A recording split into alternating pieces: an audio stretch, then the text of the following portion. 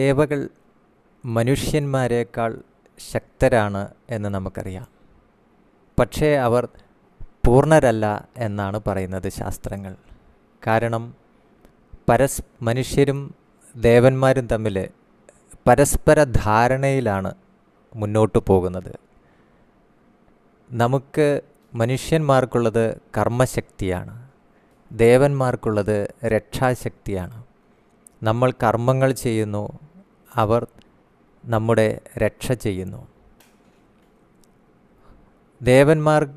ദേവന്മാരുടെ ആവശ്യങ്ങൾ പൂർത്തീകരിക്കേണ്ടത് നമ്മളാണ്.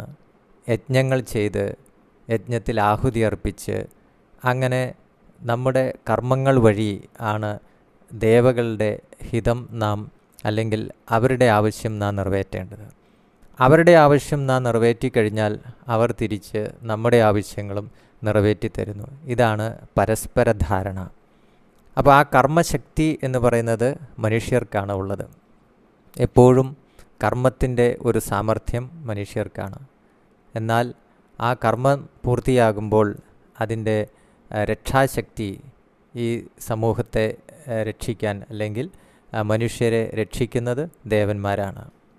ഭഗവത്ഗീതയിൽ 3-ാമത്തെ അധ്യായത്തിൽ 11-ാമത്തെ ശ്ലോകത്തിൽ പറയുന്നുണ്ട്, ദേവാൻ ഭാവേതാനേന തേ ദേവ ഭാവയന്തു വഹ പരസ്പരം ഭാവയന്തഃ ശ്രേയഃ പരമവാപ്സ്യഥ.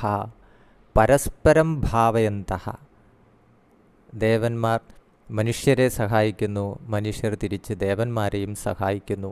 അപ്പോൾ ദേവാൻ ഭാവേതാനേന തേ ദേവാഹ ഭാവയന്തു വഹ, നമ്മൾ ദേവന്മാരെ സന്തോഷിപ്പിക്കുക, അവർ തിരിച്ച് നമ്മെ സന്തോഷിപ്പിക്കുന്നു. അങ്ങനെ പരസ്പരം ആ ഒരു മനോഹരമായിട്ടുള്ള ഭാവനയിലൂടെ, കൊടുക്കൽ വാങ്ങലിലൂടെ തന്നെ ഏറ്റവും ശ്രേഷ്ഠമായതിനെ നമുക്ക് പ്രാപിക്കാൻ കഴിയും എന്നാണ് ഗീതയിൽ പറയുന്നത്.